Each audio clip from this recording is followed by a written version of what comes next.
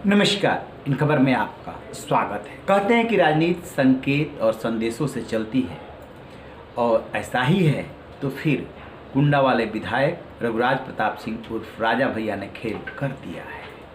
आखिरकार इतने प्रचंड बहुमत से जीतने के बावजूद बीजेपी को प्रस्तावक के रूप में स्पीकर के लिए राजा भैया क्यों चुना। राजा भैया प्रस्तावक बने, उनके साथ विनोद सरोज जो बाबागंज वाले उनके विधायक हैं वो भी प्रस्तावक बने। आपको बता दें कि जनसत्ता दल से 2 विधायक चुन करके पहुँचे हैं, 7वीं बार विधायक बने हैं राजा भैया।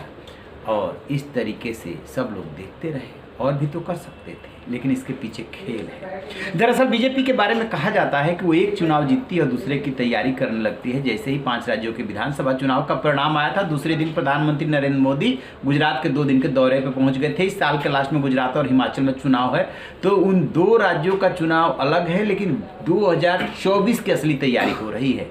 और उसी के लिए यूपी में ताना बाना बुना जा रहा है। सिर्फ बीजेपी इसी से संतुष्ट नहीं है कि उसे 273 सीटें मिल गई या 255 उसके खाते में आ गए, उसका आगे का टारगेट बहुत बड़ा है। और जान रही है कि लोकसभा चुनाव को जीतने के लिए और उसमें ज़्यादा से ज़्यादा सीटें हासिल करने के लिए उन्हें औरों की भी ज़रूरत पड़ेगी।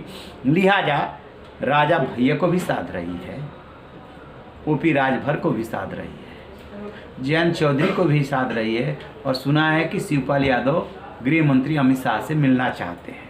आज सहयोगी दलों के साथ समाजवादी पार्टी की लखनऊ में मीटिंग हो रही थी, और चाचा शिवपाल यादव जो कि नाराज़ हो गए थे 2 दिन पहले की मीटिंग में नहीं बुलाया गया, तो बैठ करके भागवत सुन रहे थे। संदेश तो चला गया है, चाचा भतीजे से में नहीं बन रही है, और चाचा को ऐसा लग रहा है जैसे कि वो धोखा खा गए हैं।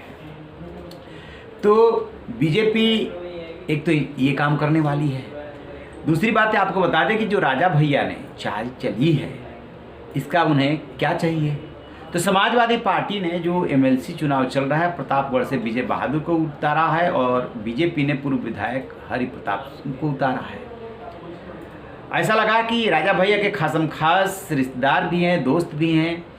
जो अक्षय प्रताप सिंह हैं, उन्हें 7 साल की सज़ा हुई फर्जी पते के मामले में, जो रिवॉल्वर का लाइसेंस लिया था, कि राजा भैया का गणित गड़बड़ा गया।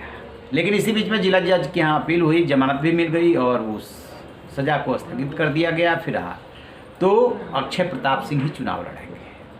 तो उधर भी समीकरण सेट करना है। बीजेपी से वो इतनी अपेक्षा चाहेंगे कि चूंकि उनका एमएलसी सीट पे भी कब्जा चला रहा है और विधायकी पे भी कब्जा चला रहा है, विधायकी पे तो कब्जा बना हुआ है, एमएलसी वाला भी कब्जा बना रहा है। तो इस तरीके से जो अंदर की खबरें हैं वो ये कि कहीं ना कहीं सेटिंग है। अब फिर से बात करते हैं चाचा शिवपाल की। तो शिवपाल गृह मंत्री से मिलने के लिए समय मांग रहे हैं। अभी ये कंफर्म नहीं हो पाया कि समय मिला कि नहीं मिला।